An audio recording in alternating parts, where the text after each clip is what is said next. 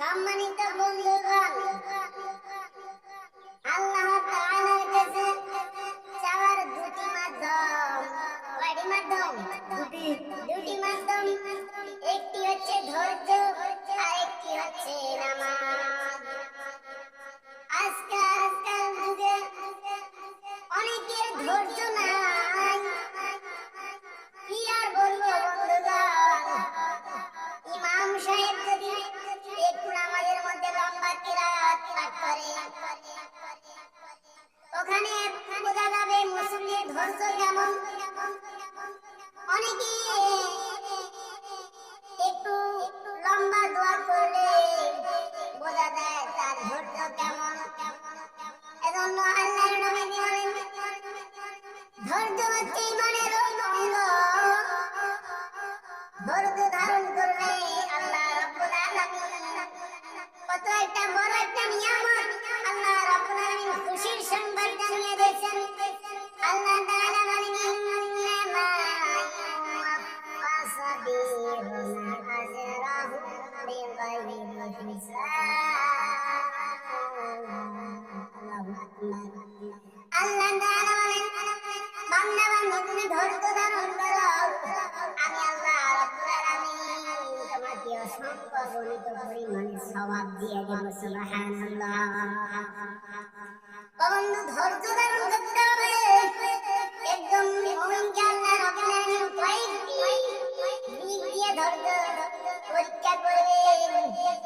আল্লাহ বলেন, ওয়ালা নাবলুওয়ান্নাকুম বিশাইইন মিনাল খাউফি ওয়াল জু'i ওয়া নাকসিন মিনাল আমওয়ালি ওয়াল আনফুসি ওয়াস সামারাত ওয়া বাশশিরিস সাবিরিন। আল্লাহু আকবার। আল্লাহ বলেন, বান্দা বান্দী আমি তোমাকে ক্ষয় করি না, আমি তোমাকে পরীক্ষা করব। বন্ধুগণ, তোমার ছেলে মারা গেছে, তোমাকে পরীক্ষা করব।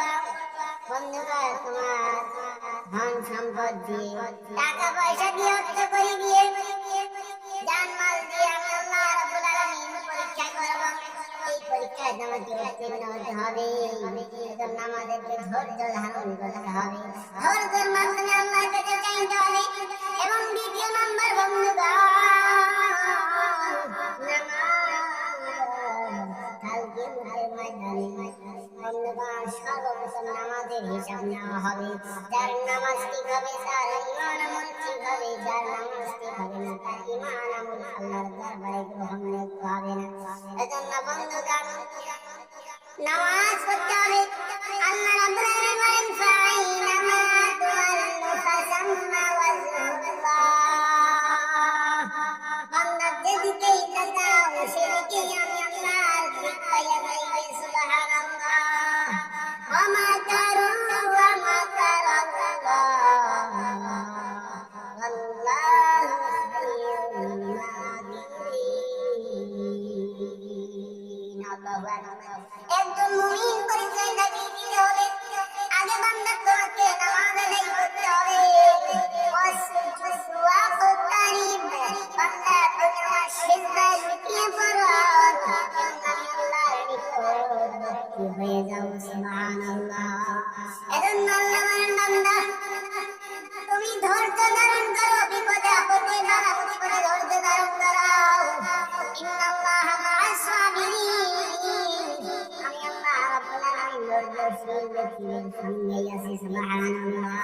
বান্দা তুমি ধৈর্য ধারণ করো এক নম্বরে।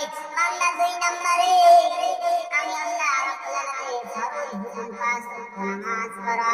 এই দুটির মাধ্যমে আমি আল্লাহর কাছে চাও। আমি আল্লাহ রাব্বুল আলামিন তোমাকে দুনিয়ার নাজনিয়ামত, জান্নাতের নাজনিয়ামত দুনিয়ার মধ্যেই আমাকে দিয়ে দেব। সুবহানাল্লাহ। বন্ধু, আজ আমাদের ধৈর্য নাই, মনহারা হয়ে যাচ্ছি।